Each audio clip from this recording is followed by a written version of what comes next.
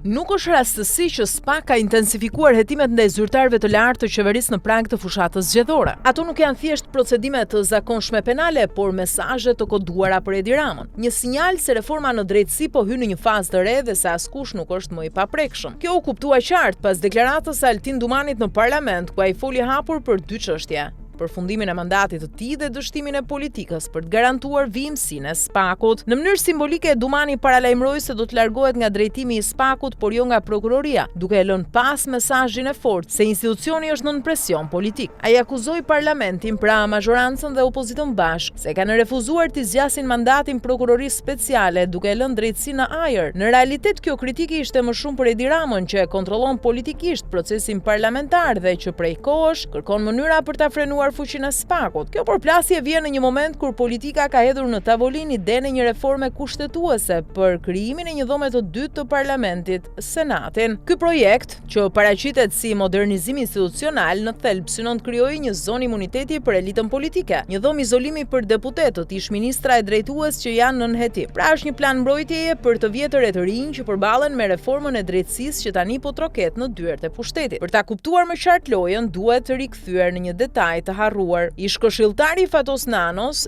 deklaroi kohët e fundit se në vitin 2012 Nano i kishte propozuar Sali Berishës të vendosnin një kapak çeliku mbi pusetën e ujrave të zeza, përndryshe ajo do të shpërthente dhe do t'i merrte të gjithë. Kjo metaforë politike është sot më e gjallë se kurrë. Edi Rama po përpiqet të bëjë të njëjtën gjë, të vendosë një kapak të ri mbi pasojat e një reforme që tani ka filluar të godasë njerëzit e tij. Ndërkohë ndërkombëtarët nuk janë indiferent. Bashkimi Evropian përmes Komisionit për Punët e Jashtme vazhdon të financojë operacionin ndërkombëtar të monitorimit që mbikëqyr punën e SPAK-ut. Këto fonde menaxhohen nga qeveria gjermane, e cila sot është kancelaria më me ndikim në mbështetjen e institucioneve të drejtësisë shqiptare. Në anën tjetër, SBA ka zbutur ritmin e financimeve, por jo interesin. Vizita e Altin Dumanit në Departamentin e Shtetit dhe më pas e një zyrtari të lartë amerikan në Tiranë janë sinjale të koordinuara për të mos lejuar kthimin e kontrollit politik mbi drejtësinë. Në këtë terren, lëvizjet e Ramës për të zëvendësuar SPAK-un me një pol të ri kundër krimit të organizuar në varësinë e prokurorisë së përgjithshme janë parë si tentativë për të zhbërë reformën nga brenda. Ky projekt kërkon ndryshim kushtetues që do të kalonte përmes Komisionit Xhafaj dhe do të zhvendoste kompetencat e SPAK-ut tek një strukturë tërësisht e kontrolluar nga qeveria. Nëse ndodh, kjo do të ishte goditja më e rëndë për sistemin e drejtësisë që prej vitit 2016. Në sfondin e këtyre zhvillimeve qëndron përplasja e hapur mes perëndimit dhe klasës politike shqiptare. Në Bruksel e Washington, mesazhi është i qartë: Shqipëria duhet të prodhojë një klasë të re politike të ndarë nga pandëshkueshmëria e tranzicionit. Në Tiranë, ndërkohë politika e vjetër po përpiqet të shpëtojë me çdo mjet, herë me reforma institucionale, herë me projekte kushtetuese. Nëse SPAK vazhdon me këtë ritëm, hetimet që po hapen në prag zgjedhjesh nuk janë më as aksident as nxitim, janë paralajmërim për fundin e një cikli politik. Dhe nëse Rama beson se mund t'i mbulojë ujërat e zeza me kapakun e Senatit, duhet ta di se presioni ndërkombëtar nuk lejon më as kapak, as puseta.